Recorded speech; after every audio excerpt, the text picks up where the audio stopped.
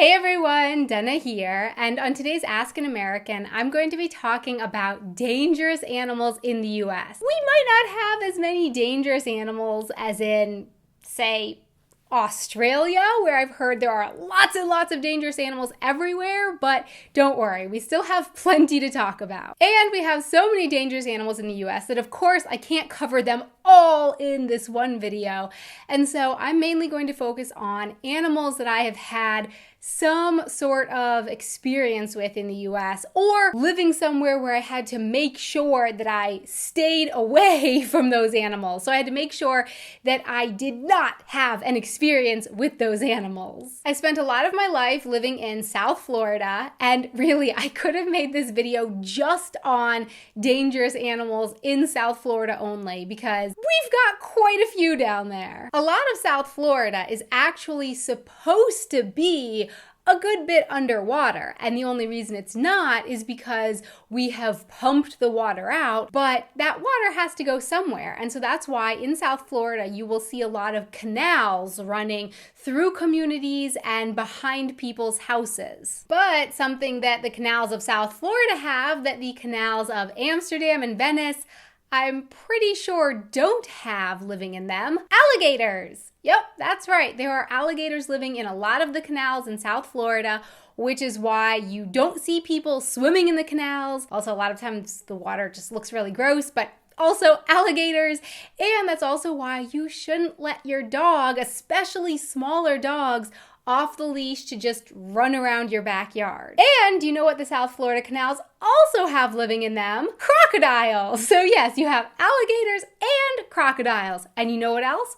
Snakes, some of which, like the diamondback and the water moccasin, are venomous. So did I ever see any alligators?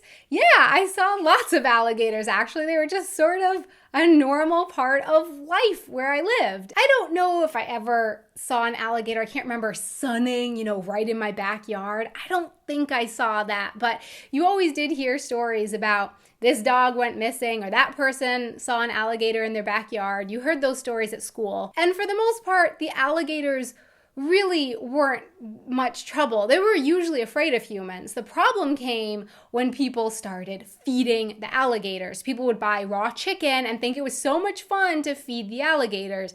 And of course, what happens? Well, then the alligators stop being afraid of the humans, and they start associating humans with food. We don't want that. We don't want the alligators associating humans with food. And just about 30 minutes from where I lived, you had more of a natural area. And then there, definitely, you did see a lot of alligators. Sometimes you would just be driving along and, oh, look, it's an alligator crossing the road, or an alligator mama and her babies. And that's when you really just stayed in your car and you did not get between the alligator mama and her babies. And I think perhaps I grew up seeing more alligators than most South Floridians, because my mom is a scientist. And when we lived in South Florida, she worked on a project trying to figure out how to restore the Everglades, how to save them. And so she had a test site, and where she would do her tests, it was fenced off. And so there was a big fence there to keep the alligators out.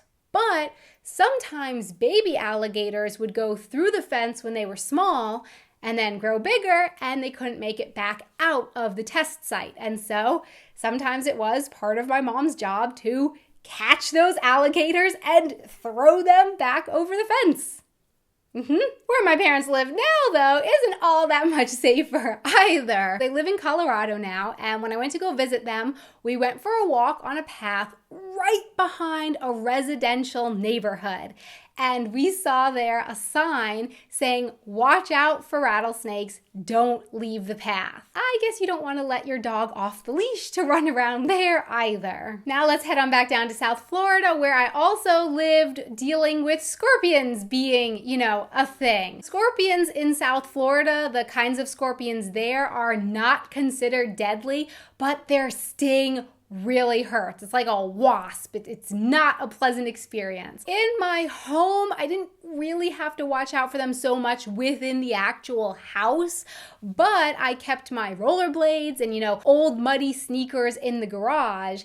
And there you did have to watch out for scorpions. So whenever you went to go put on your rollerblades or those old muddy shoes that you hadn't worn in a couple weeks, you needed to turn them over and dump them out first to make sure that there wasn't someone who had taken up residence in there. You wouldn't want to put your foot in there and get stung by a scorpion. And when I went to summer camp, we lived in cabins that were more open to the elements, and then you did need to check your bed sheets and your towels for scorpions. Florida's also got fire ants, which I think you can hear from the name. These guys are not fun to have around. The worst part is that they don't attack one ant at a time. So you're walking across your yard, you step in a fire ant pile, and you don't even notice it. The ants crawl up your leg, you have no idea, and then all of a sudden, all the ants attack at once. These guys actually aren't native to Florida. They're from Brazil originally, but they're there now. And while we're talking about non-native species that are causing trouble, South Florida also has a bit of a Burmese python problem. Yes, that's right. Burmese pythons, originally from Southeast Asia, are taking over the Everglades after some people had them as pets, and I guess when they got too big, they just thought, oh, it's okay, we'll just release them in the Everglades. I'm sure it'll be fine. Yeah, these guys have been multiplying and just loving life there ever since.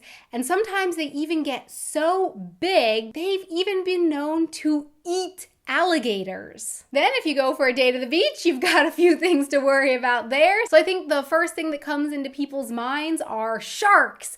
And yes, that's true. But another big one that I don't think a lot of people often think about is the man-o-wars, the Portuguese man-o-wars. These guys look like jellyfish, but technically they are not jellyfish. But if you get stung by one of them, I don't think you really care what they technically are or aren't, because luckily I have never had to have this experience, but I have heard that they are really, really painful.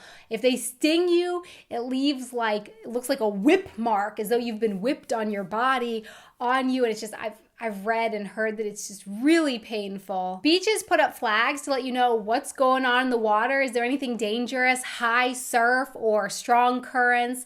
And there was a purple flag to signify dangerous marine life in the water. And from my experience, most of the time, the dangerous marine life was man-o-wars. And then, of course, you've got bears. Not so much in South Florida, but in other parts of the U.S., you've got grizzly bears, black bears, and these guys don't really cause too many human deaths each year just because we really don't come that much in close contact with bears. But if you did, that could be quite a dangerous situation. When we explored the different national parks, we went to Yellowstone and Glacier, and there it was pretty cool. We did see a bear, but it was really, really far away, which was good. That's where you want the bear to be, really far away, and you can look at it through your binoculars. And then going small again, we've also got the black widow spider and the brown recluse spider to watch out for. And these guys seem to have some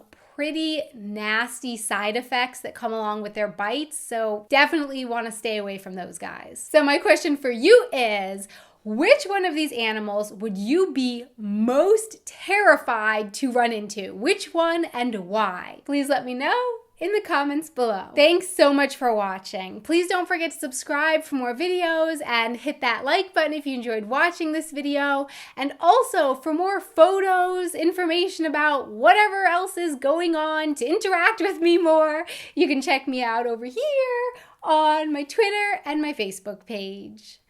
Until next time, auf Wiedersehen. People speculate that it's because people got the Burmese pythons,